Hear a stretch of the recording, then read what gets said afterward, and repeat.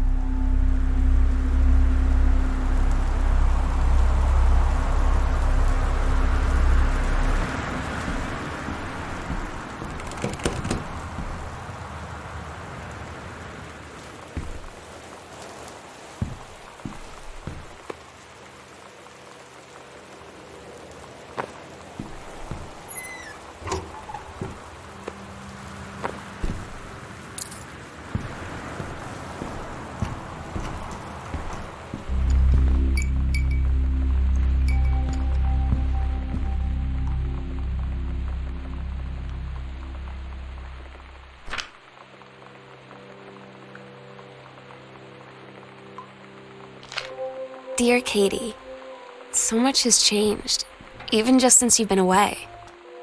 We moved into this house. I'm in a new school, and my big sister being gone for a year doesn't make it any easier. It doesn't feel real, but I'm not gonna let it faze me. I used to tell you everything, and if I can't do it in person, because you're off gallivanting around who knows where, I'll tell it to this journal, just like I was talking to you.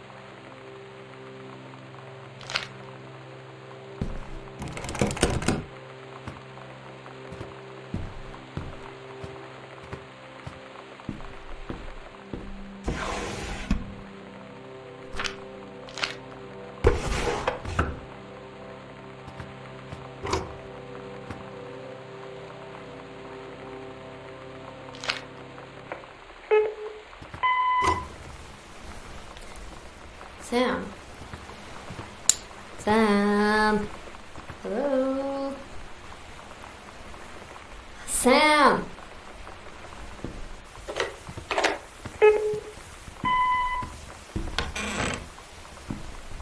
Sam, where are you? Really? To talk to you. Please be there.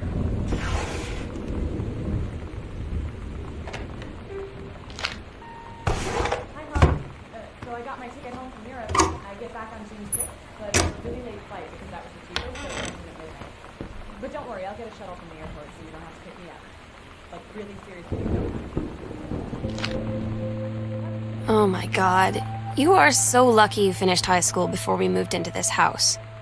So, it's the first day of school, and there I am, introducing myself to the class. And I say that I just moved into the house on Arbor Hill. All of a sudden, every kid in the room turns and just stares like I suddenly transformed into a mutant. I just stood there, wishing pretty hard for a rewind button. Because now maybe nobody knows my name, but they all know who I am. The Psycho House girl. Great.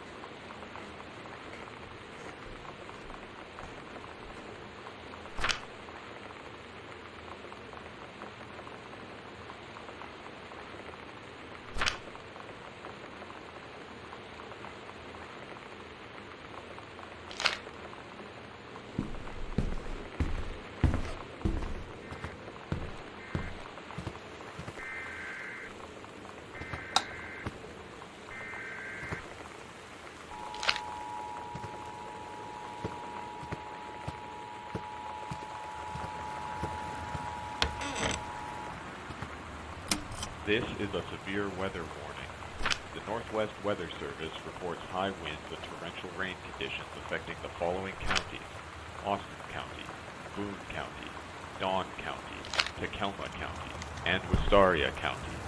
Residents are strongly urged to stay indoors and secure all windows and doors. Flood conditions. You know that feeling where the first moment you see someone, it's like they have a big gold star around them, and you have to get to know them? Well, there's this girl. I think she's a senior. She's usually dressed kind of punk, but sometimes I see her in this, like, army uniform, and she's always drawing in this notebook, looking so intense. I had no idea how I would ever, like, have an excuse to talk to her. Till I noticed she and her friends hang out and play Street Fighter at the 7-Eleven every day after school.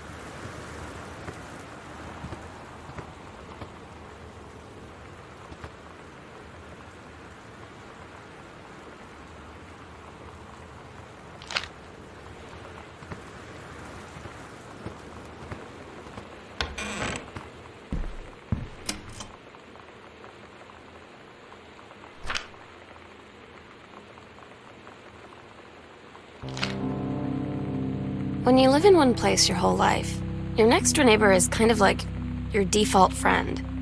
And Daniel only got weirder over the years. So moving away has been a good excuse to, like, not see him anymore. But he did always have the good Nintendo games. Maybe I'll give him a call.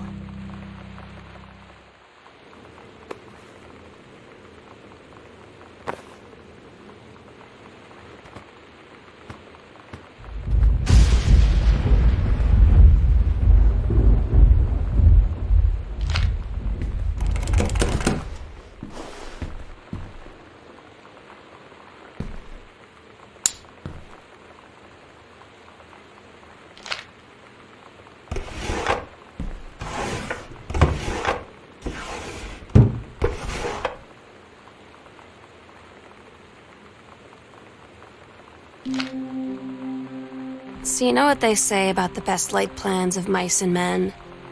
Yeah, turns out it applies to Street Fighter too.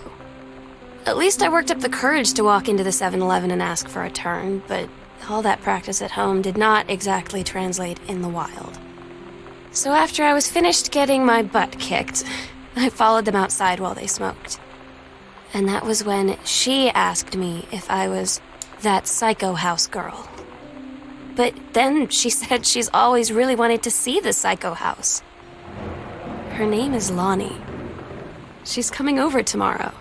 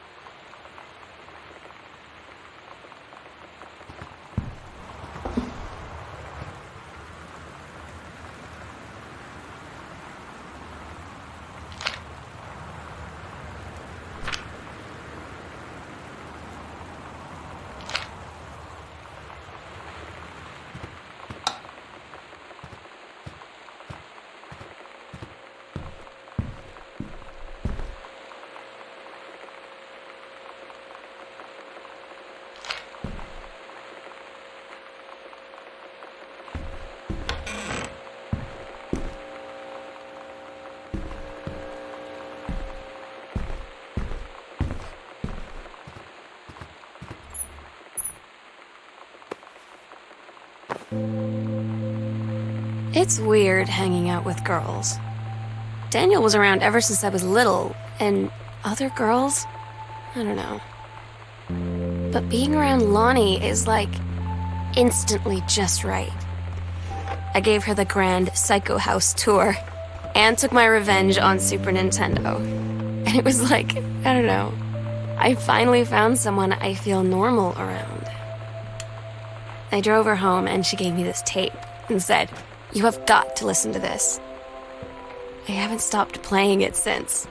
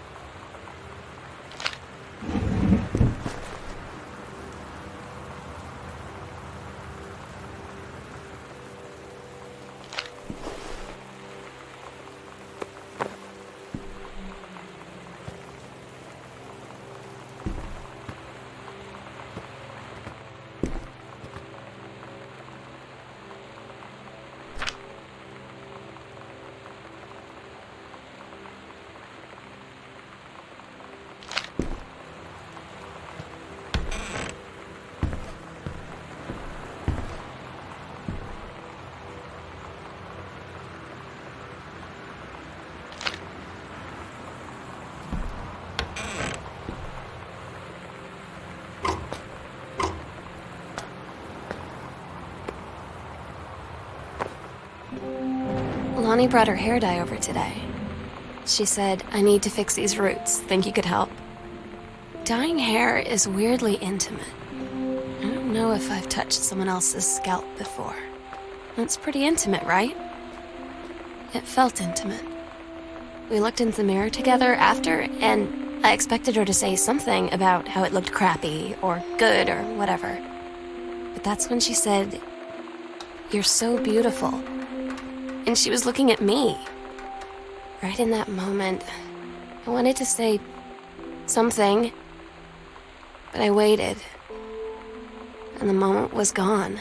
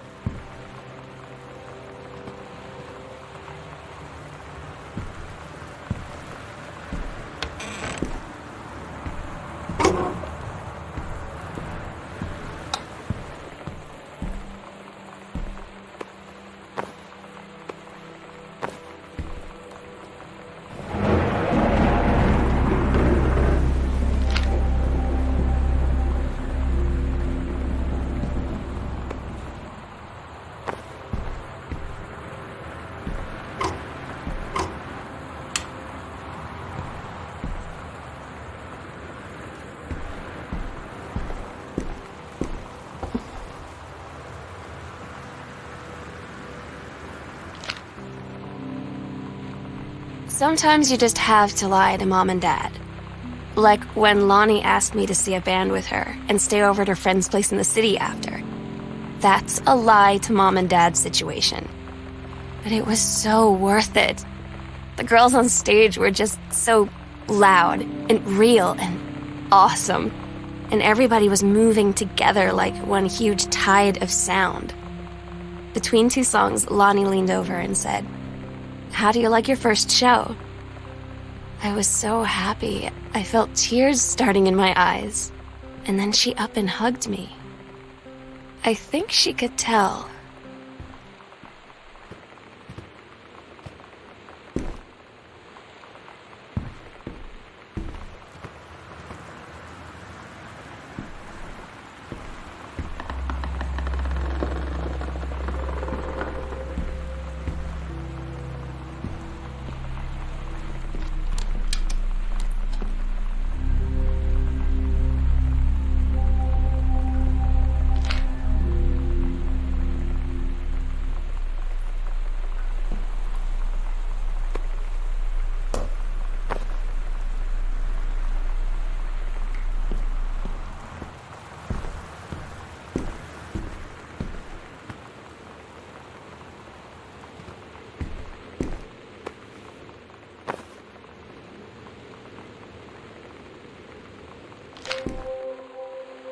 At Todd's brother's place after the show, there was only a futon to sleep on, so Lonnie and I shared it. The lights went out. I was turned toward her. My eyes started to adjust, and then I could see she was looking at me, too. In the dark, she smiled.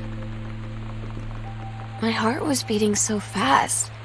I rolled over. I felt so, nervous.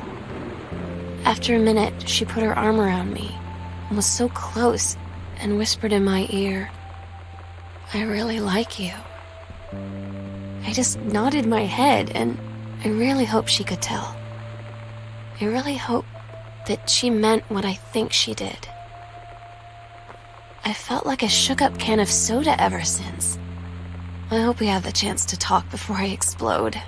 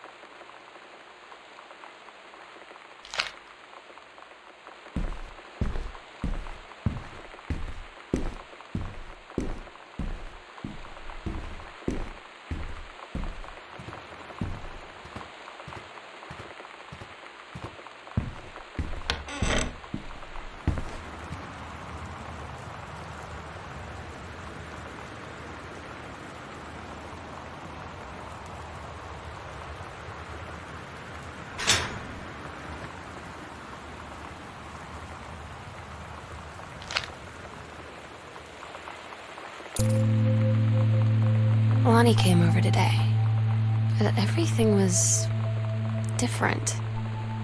She was sitting at my desk chair, and she wouldn't look at me. Finally, I asked her what was going on. She said she felt like she'd done something wrong that night in the city. Like I must think. But I said no, there was nothing wrong. I just wanted to say... But I couldn't find the words. I felt like I was gonna cry, but I wasn't sad. She got up and sat next to me on the bed. I looked at her. Lonnie, do you think you could ever... And that's when she kissed me.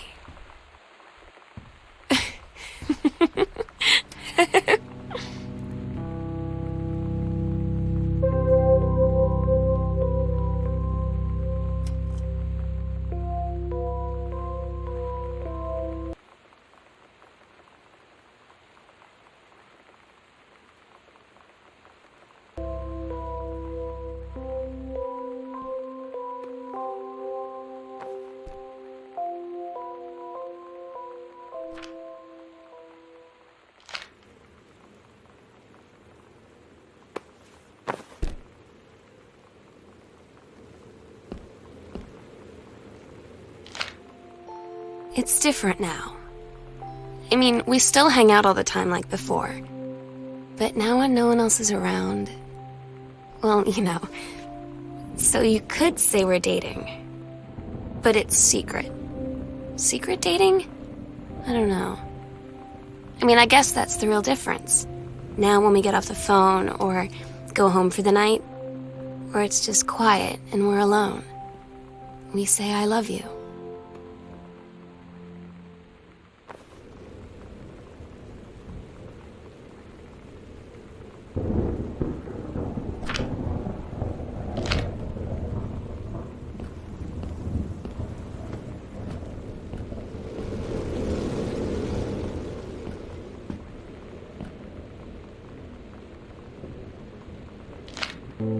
I'm so stupid sometimes.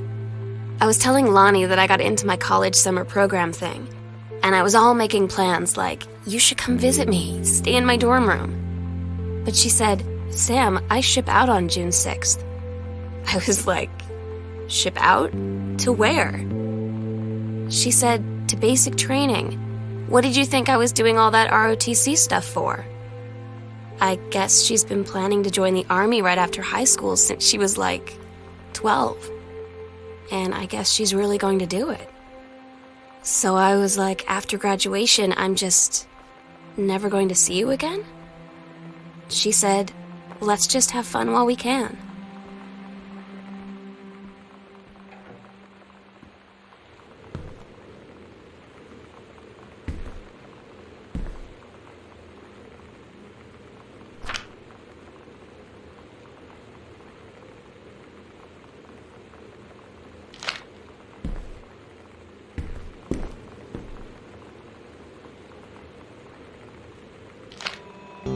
Todd's band lost their singer. Todd said he sucked. Lonnie said he got sick of Todd's shit, and he was complaining about needing a new singer. So Lonnie was like, I can sing. And they were all kind of like, you can? And she was like, probably. But she's been rehearsing with them for like a week now. And I finally got to see them play in Todd's basement today. And she's actually really amazing. I feel so proud when she's on stage. It's incredible being in awe of someone you love. So everybody knows it's like a temporary situation till she ships out in June. But till then, I'm gonna be at every single show.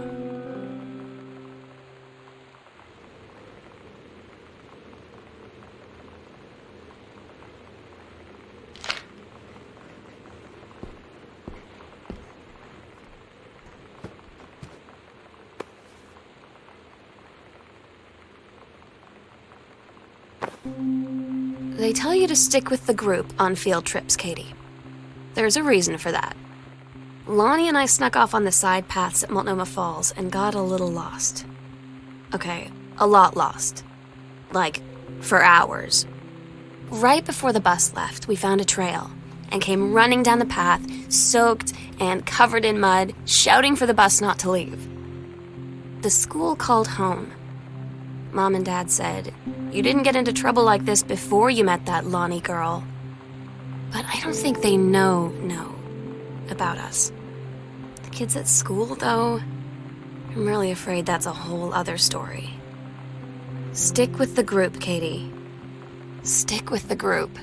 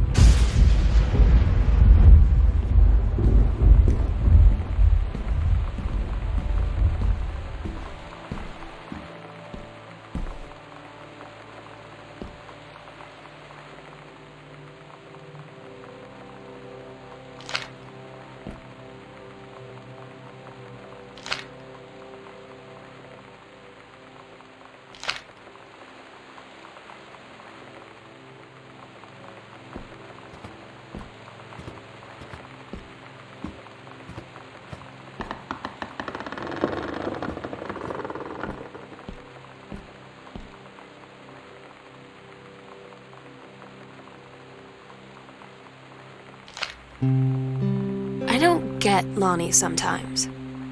Like, her band, and our zine, and her hair, and everything are all anti-authority. But I watch her in JROTC, and she's doing drills in perfect formation, following orders, no question. And there's all this stuff in the news about don't ask, don't tell. Like, she's going to join the army and then have to lie about who she is. She said they don't need to know what they don't need to know. Like it was no big deal. This from the girl who trashed her locker to, like, defend my honor. I've learned when to stop arguing, though. I don't think Lonnie even gets Lonnie sometimes.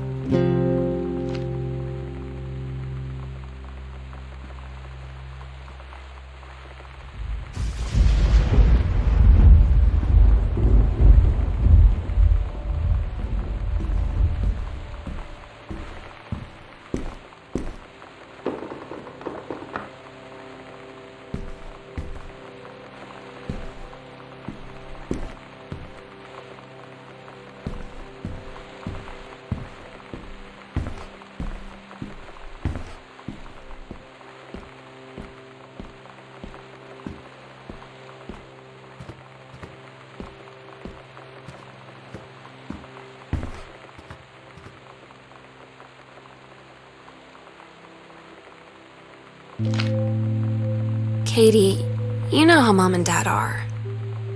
Not exactly super open-minded about things. It feels like every minute I don't spend with Lonnie, I spend worrying about them finding out about us. And what would happen if they did? You know Dad's joke about the nunnery that he'd tell whenever he brought boys around the old house? I wonder where he'd want to send me.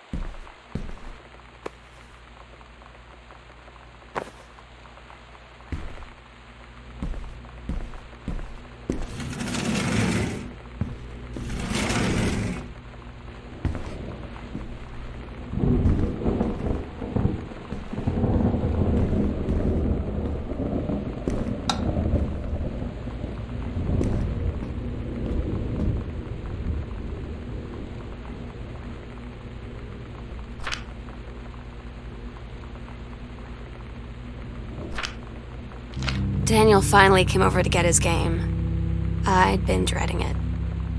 But he brought this story with him that I wrote when we were little. I started reading it, and then there I was, crying at the kitchen table. He asked what was wrong, and I was thinking about how we used to be friends, how much I'd taken for granted. But instead, I told him about school, and Dad, and Lonnie. And then how sorry I was that I wasn't his friend anymore. He gave me a hug and said it was going to be okay. For some reason, I almost believed him.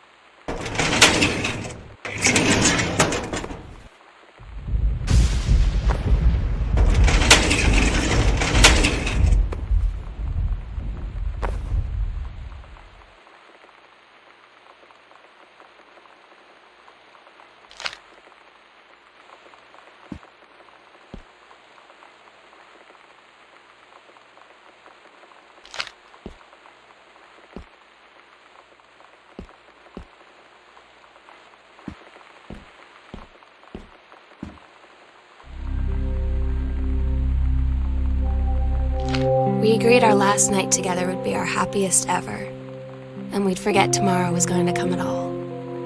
It worked for a while. We had a good time seeing Oscar off, then ran up to the attic to look through our photos, to find one for Lonnie to take with her. And looking at them, I realized they were all in the past, and there wouldn't be any more. And I didn't know what I was going to do. And I cried, and she held me. She said she knew it was hard, but life would move on. I said I didn't want my life to keep moving without her. That's when she cried too. I was so exhausted. I must have fallen asleep like that, in her arms. In the morning, I woke up, and I was finally alone.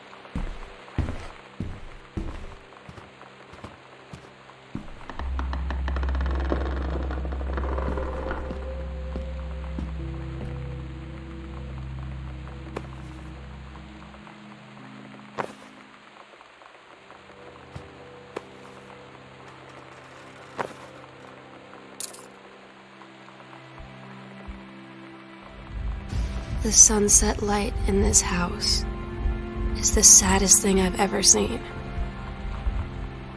I just want to sleep. When I'm in the attic, it almost feels like Lonnie could still be here. She's just downstairs. I'm just waiting to hear her pull down the hatch and come running up. Maybe I'll go up to the attic and wait.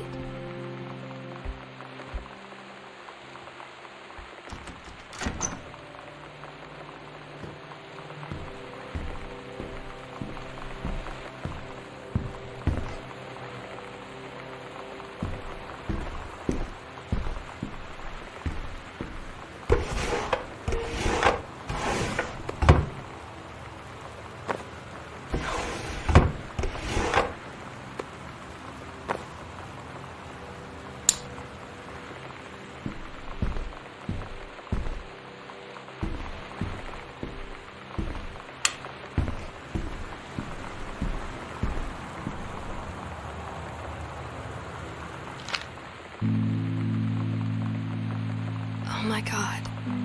Katie, I fell asleep in the attic, in Lonnie and my old spot, and I missed the first 2 calls.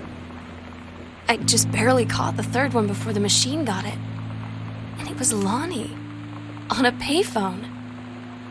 She'd been on the bus to Basic, and she said she couldn't think of anything but me and us, and that she couldn't go through with it, with the army and being apart and all of it. And so she got off the bus in Salem. She said, "Sam, I want you to pack up everything you can and get in your car and come find me. And let's just drive until we find somewhere for us." And she asked me if I could do that. And I said yes. Yes.